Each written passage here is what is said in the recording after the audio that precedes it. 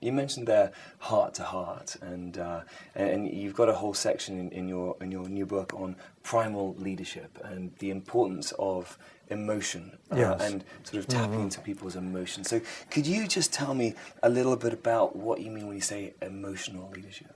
It's leading at the level of emotions, through emotions, and the best leaders do this naturally. So when you speak heart to heart, you're moving people, but there's sensing that you're moved yourself. It's genuine. And the medium through which leadership is executed is relational. It is emotional. And now we know the brain centers that are involved. There's a new discovery in neuroscience. It's called the social brain. It's circuitry we didn't even know existed 10 years ago. But it turns out that when we're face-to-face, when we're on the phone even, your brain and my brain are locked together, and there's an invisible channel that's passing emotions back and forth. And the best leaders help other people get and stay in the best emotional state to work at their best.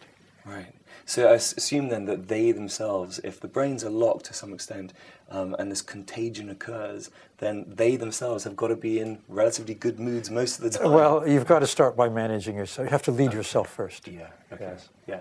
So then let's just talk about that because you have a great chapter in there talking about the correlation between good moods and bottom line, and there's a direct correlation. So if a leader comes to work and they've read your books and they understand the contagion principle, then how do they get in a good mood if they are in a fundamentally bad mood? Let's start with the data first. Okay. I think you're referring to a number of studies that show if the leader on a team or in a group is in an upbeat mood, people in that group catch that mood, and performance goes up. Decision-making gets better. Creativity improves.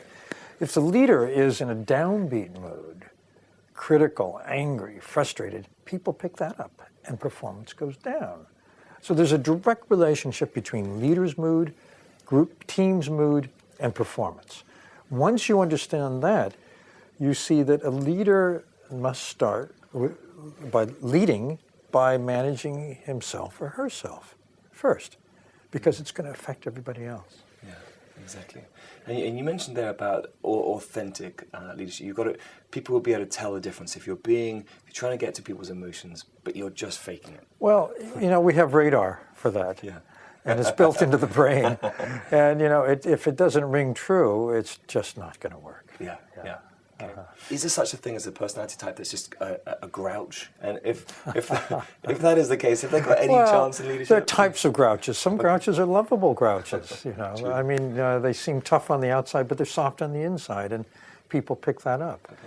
Okay. There are some grouches who are actually hostile people, who criticize, who express contempt and disgust, which is very damaging in any relationship. But leader to follower, it's terrible because it alienates people. You're going to lose people. Absolutely. Yeah. So can you just tap into self-mastery just a little bit and tell us about how you can, you mentioned self-regulation. Sorry to use your terms. I might not be having the right, but how you actually can manage yourself if you come to work and you're in a horrible mood and you know that it's very important that you're in that. First of all, notice that you're in a horrible mood. It takes what we call mindfulness, which is a variety of self-awareness. You have to tune into yourself. If you can easily go through the day in a horrible mood, alienating everybody else and upsetting them, and not even know.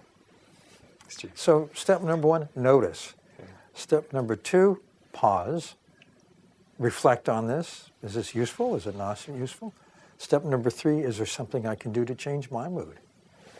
Daniel, just out of interest, if you were observing a sort of a group of 10 peers, do you think just by observing them be able to identify the sort of the natural leader in that group of 10 people? And if so, what do you think are some of the attributes you'd look for? Yeah, I think that they would be listening, observing, and noticing what the unspoken need of the group is, and taking the first step toward that, fulfilling that need. That's how leaders emerge. They sense what needs to happen and they make it happen.